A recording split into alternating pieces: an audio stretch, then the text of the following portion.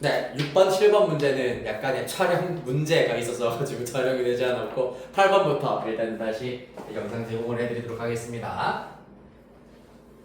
8번, 9번 하고 이제 우리 마지막 페이지로 넘어가시면 되겠습니다.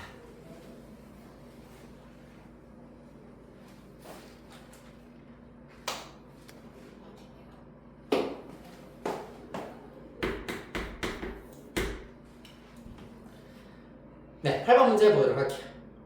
fx는 로그 2x 플러스 a 더하기 b의 그래프가 그림과 같다.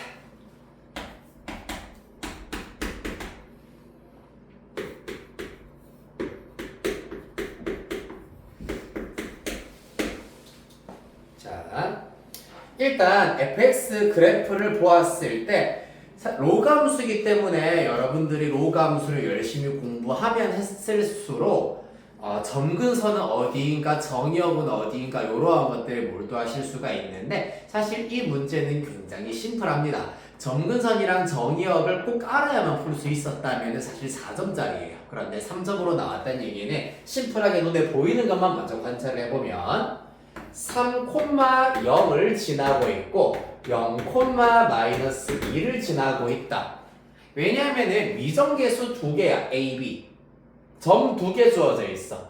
그러면 이 점 두 개를 각각 대입하여서 식 두 개 짜면 잘만 하면 연립했을 때 A, B를 바로 찾아낼 수도 있겠구나 라는 걸 떠올릴 수 있어야 된다는 얘기입니다.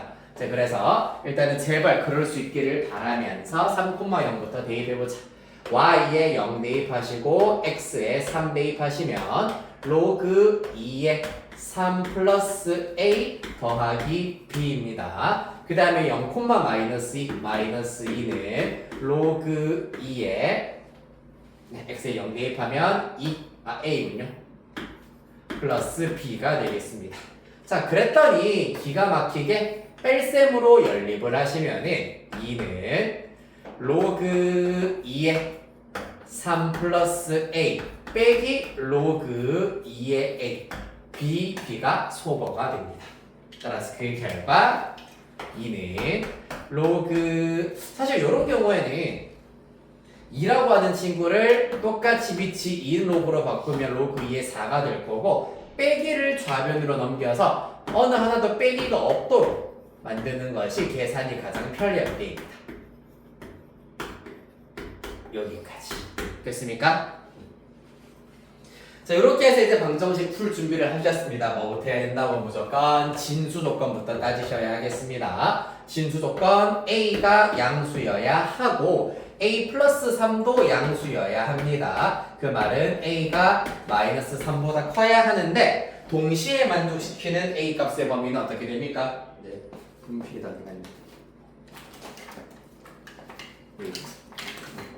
동시에 만족시키는 A 값의 범위가 바로 누구?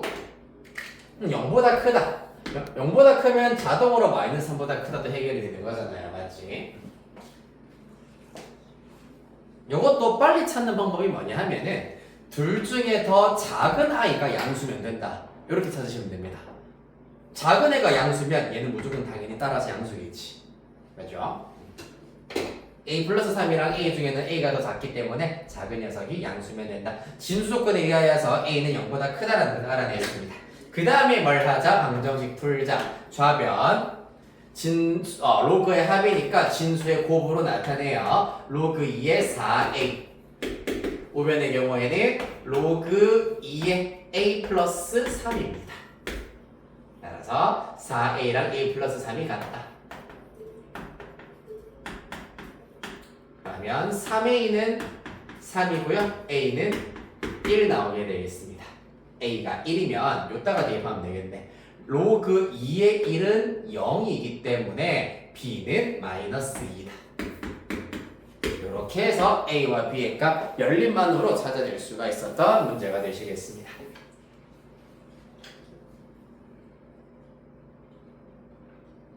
그렇다면 fx는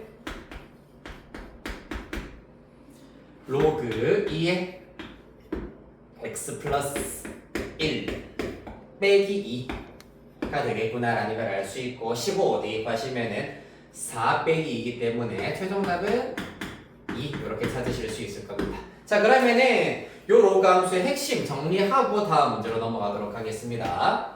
로그 함수이기 때문에 중요한 것이 바로 정의역 그리고 점근선 이런 것들이 일단은 중요한 핵심 요소가 되시겠습니다. 그리고 또 뭐 있지? 정의역, 점근선 절편 같은 거에 사실 평행이동을 하면은 당연히 바뀌니까 크게 의미가 없을 거고요. 증가 감소까지 해볼까요? 개형. 개형을 물어본다면 증가하느냐 감소하느냐를 물어보는 겁니다. 밑이 1보다 크기 때문에 증가한다. 따라서 x1보다 x2가 더 크면 fx1보다 fx2가 더 크다. x값이 커질 때 함수값도 커진다라는 것이 증가한다의 정의입니다. 이거 미적 분원에 또 똑같이 나온다 얘들아. 미적 원투에 똑같이 나오기 때문에 알아두셔야 됩니다. 증가의 정의입니다. 함수의 증가의 정의.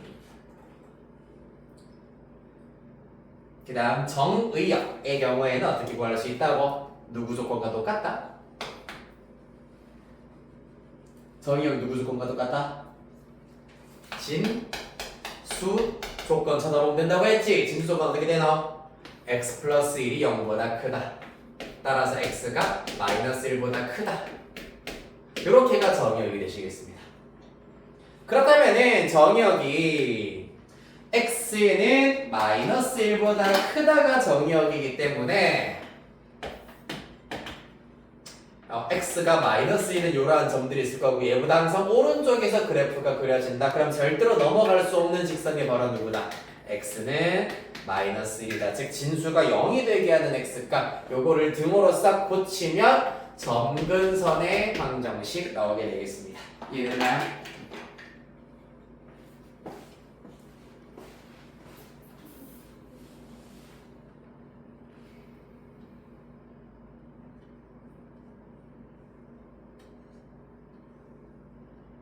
괜찮니? 민준이 괜찮니?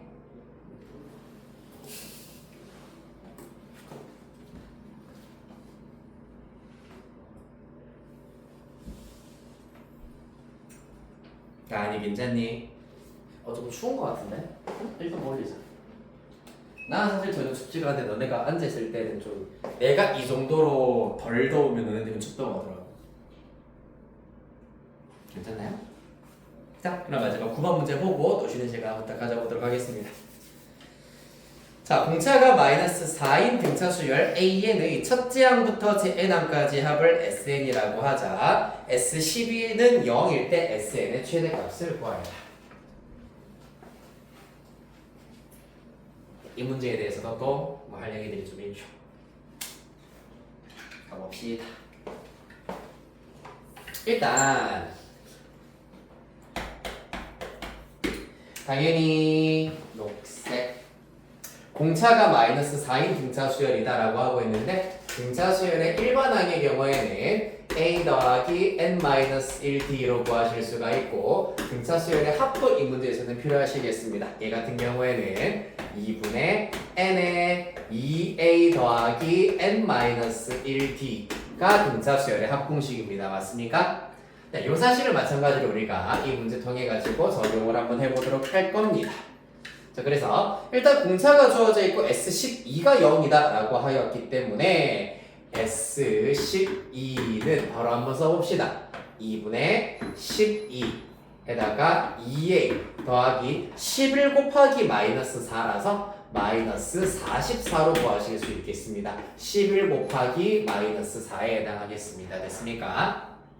그 결과가 0이란 얘기입니다. 누가 0이란 얘기겠노 그러면은 22는 6으로 약분돼 6 곱하기 삐리릭이 0이란 얘기는 누가? 바로 요 녀석이 0이란 얘기야. 맞지요? 2a 빼기 40다가 0이다. 따라서 A는 20이구나. 개꿀. A, D 다 찾아냈어요. 맞습니까? 내가 등차 수열의 합에서 거의 무조건 나오는 문제라고 내가 장담했었던 유형 이 개념이 있죠. 바로 9번에서 말하고 있는 등차 수열의 합의 최대 최소입니다. 즉 SN의 최대값의 경우에는 어떻게 구하느냐?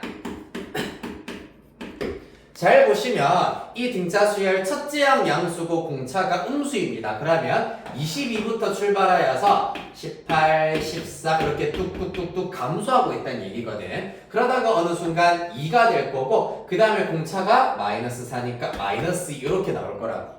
자 그러면은 어디까지? 양수까지 합했을 때가 당연히 최대가 될 거고 음수를 합하는 순간 수열의 합은 다시 줄어든다라고 내가 말씀을 드렸습니다. 그렇기 때문에 등차 수열의 합의 최대값은 언제냐 하면은 언제까지 얘가 양수인지를 찾으시면 됩니다.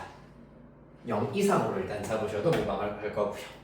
따라서 이 AN이라고 하는 등차 수열 일반항이 제 몇 항까지 0 이상인지 그때 n의 값의 범위를 찾아내시면 된다. AN A 더하기 n-1d입니다. 정리하시면 마이너스 4n에다가 22 플러스 4여서 26 되시겠습니다. 0 이상.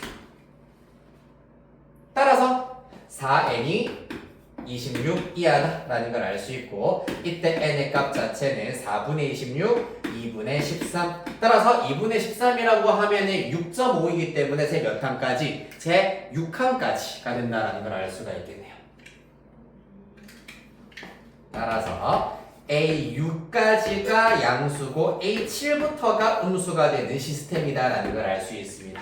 그럼 등차 수열은 언제까지? 제 6항까지만 합했을 때가 최대가 된다라는 걸 알 수 있으므로 최종적으로 S6 구해보도록 하겠습니다.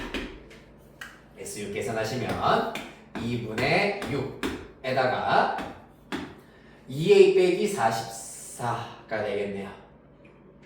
잠깐 아니죠. 2A 더하기 n-를 이번에는 n에다가 6을 대입해야 되기 때문에 5 곱하기 마이너스 4 하시면은 마이너스 20이 나와야 되겠네요. 요거 마저 계산해 보겠습니다. 물론 a는 20이다라는 걸 구해냈으므로 44로 계산해야 되겠다. 따라서 3 곱하기 44 빼기 20이니까 24가 되겠네요. 72 이렇게 구하실 수 있겠습니다.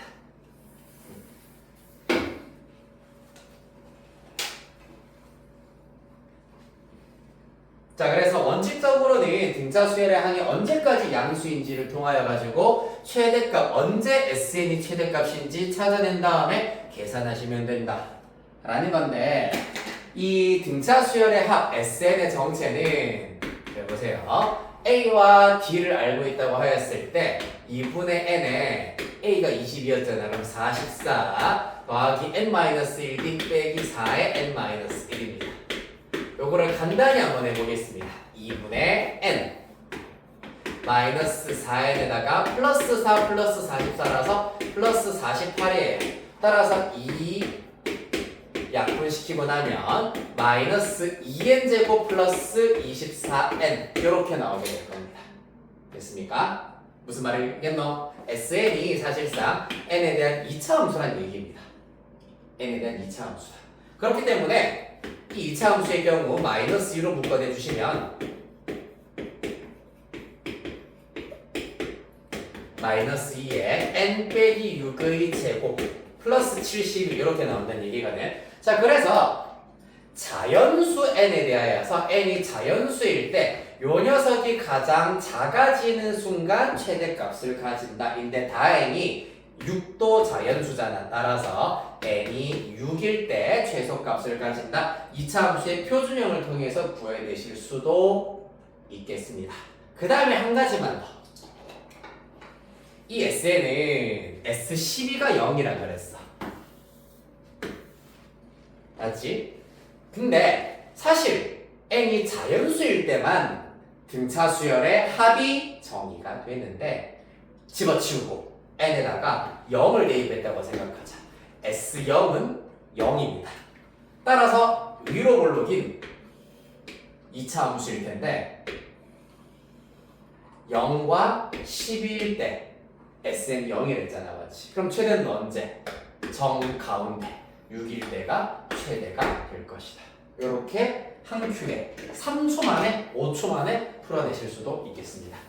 따라서 수능 문제의 경우에는 물론 개념에 맞추어 가지고 해결을 하는 것이 원래는 목표이긴 합니다만은 이렇게 시각을 다양하게 좀 바라볼 수 있는 시각을 좀 늘리게 되시면은 3분 걸릴 문제, 4분, 5분 걸릴 문제도 3초, 5초 만에 다 풀어낼 수가 있다.